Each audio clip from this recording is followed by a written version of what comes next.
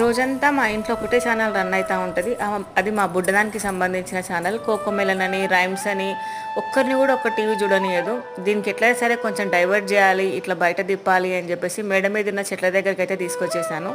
ఒక్కసారి ఇట్లా వాటర్ పట్టాలి నాన్న అని చూపించానో లేదో అది పైపు లాగేసుకొని మరి చెట్లకు నీళ్లు పడుతూ ఉంది. ఇది ఒక్కరోజనే కాదు, డైలీ ఈవినింగ్ టైం పాపతోనే చెట్లకు నీళ్లు పట్టిస్తున్నాను.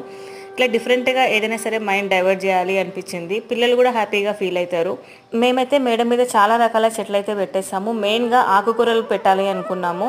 ఇక్కడ వచ్చేసి మేము మిరపనారు వేసాము. చాలా ఒత్తుగా మొలిసిందండి మిరపనారు అయితే. ఇంకా పాలకూర, ఎర్ర తోటకూర, గ్రీన్ తోటకూర, ధనియాలు, మెంతి కూర, ఇలా చాలా రకాల చెట్లు అయితే వేసాము. కొన్ని అయితే తొందరగా గ్రో అయ్యాయి, ఇంకా కొంచెం చాలా టైం పట్టేలా ఉంది. ఇక్కడ ఈ 4 టబ్బుల్లో కూడా విత్తనాలు వేసేసాము.